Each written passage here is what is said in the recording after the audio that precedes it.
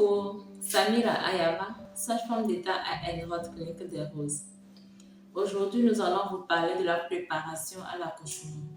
Tout d'abord, qu'est-ce que l'accouchement?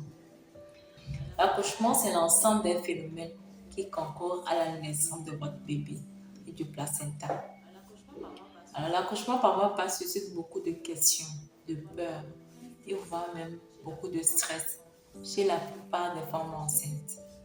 Alors, sachez que c'est un processus simple et sans danger dans la majorité des cas. Donc, une bonne préparation psychologique, physique et même financière permettra à la femme enceinte d'abord d'avoir confiance en elle et de mieux gérer la douleur lors des contractions utérines.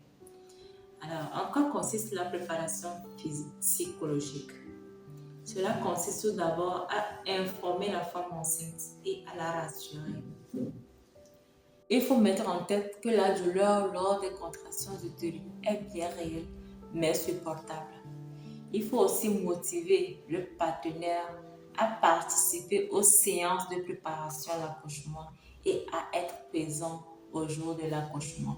Alors, la préparation physique, elle comporte 4 points. Tout d'abord, la préparation de la valise de l'accouchement, qui doit se faire au plus tard au 8e mois de la grossesse. Cette valise est composée d'un trousseau bébé, des couches jetables pour la mère et le bébé, d'un couvre-bébé, eau de colonne douce, alcool et coton hydrophile, un antiseptique et un thermomètre. Alors, en second point, nous avons l'activité physique. Sachez que l'activité physique occupe une grande partie dans la préparation de l'accouchement. Alors, chez nous, à Enrod Clinique des Roses, dès les 7e mois de la grossesse, nous proposons des séances de préparation à l'accouchement qui se fait par une sage-femme et un kinésithérapeute.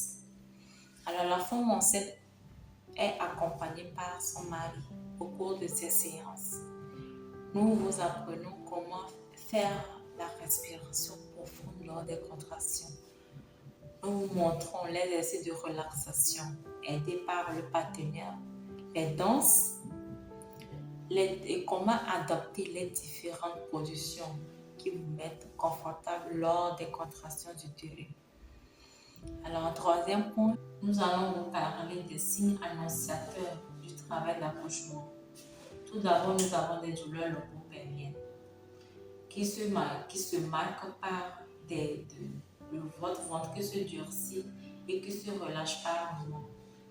Il y a l'émission du bouchon muqueux, qui est une substance blanchâtre, parfois tachetée de sang que vous pouvez constater dans votre salive. Vous pouvez avoir ou pas de perte des os. Et au dernier point, nous vous montrons comment gérer la douleur lors des contractions utérines.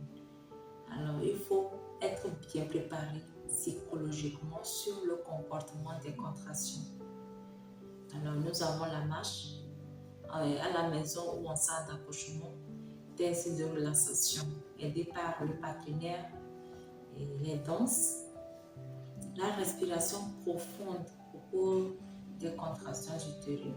Alors, sachez que c'est la maîtrise de ces exercices qui vous permettra de mieux gérer vos contractions, vos douleurs lors des contractions utérines.